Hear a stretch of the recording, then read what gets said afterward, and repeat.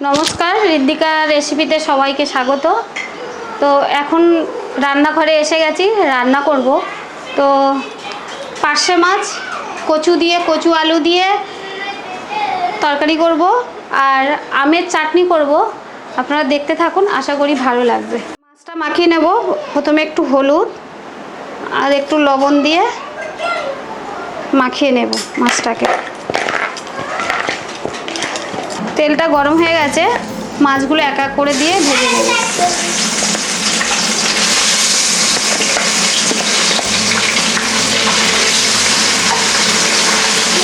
মাছটা ভাজা হয়ে গেছে এক পিঠ, আর এক পিঠ উল্টে নেই। মাছ ভাজাটা হয়ে গেছে, এবার তুলে নেব এক এক করে।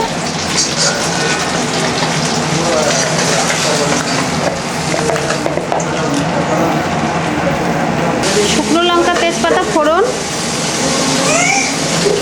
আর অল্প করে একটু পাঁচ ফোড়ন দেব।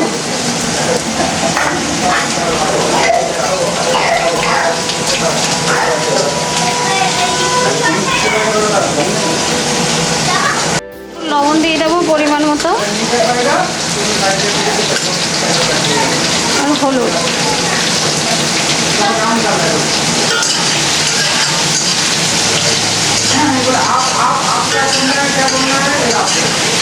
এই কাঁচা লঙ্কা রসুন থেতো করা আছে, এটা দিয়ে দেবে।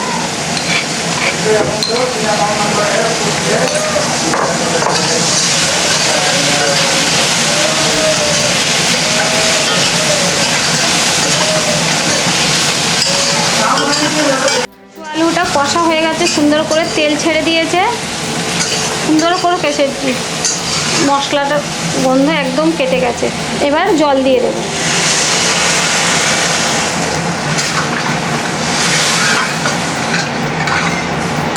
এবার তরকারিটা চাপা দেব। 5 মিনিট পরে খুলে দেখবো সিদ্ধ হয়েছে কিনা। ঢাকনাটা খুলে দেখিস, কচুটা যদি সিদ্ধ হয়ে যায় মাছটা দেব। হ্যাঁ, কচু সিদ্ধ হয়ে গেছে, দেখুন সুন্দর সিদ্ধ হয়েছে কচুটা। এর মধ্যে এই মাছটা অ্যাড করব।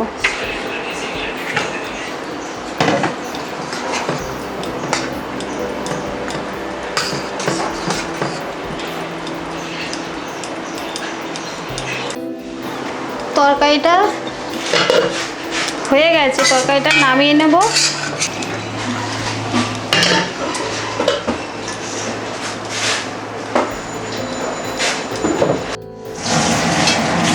কড়াতে তো তেল দিয়ে নিয়েছি, দুটো শুকনো লঙ্কা ফোড়ন দেব।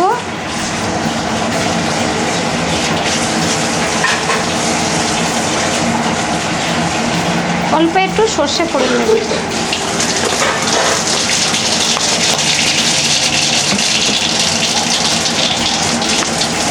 আমটা চাপিয়ে দেব।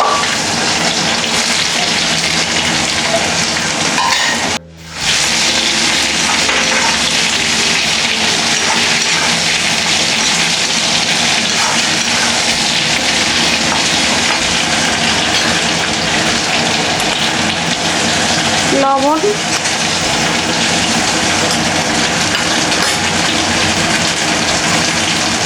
অল্প একটু হলুদ,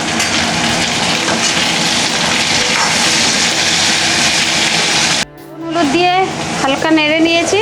এবার এর মধ্যে চিনি অ্যাড করব।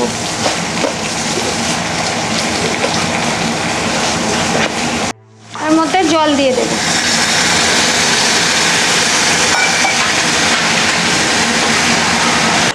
চাটনিটা হয়ে গেছে, চাটনিটা এবার নামিয়ে নেব। রেসিপিগুলো যদি ভালো লাগে কমেন্ট করবেন, শেয়ার করবেন আর লাইক করতে ভুলবেন না। তো এখানেই শেষ করব ভিডিওটা, আর বড় করব না। আবার দেখা হচ্ছে আগামী পর্বে। নমস্কার।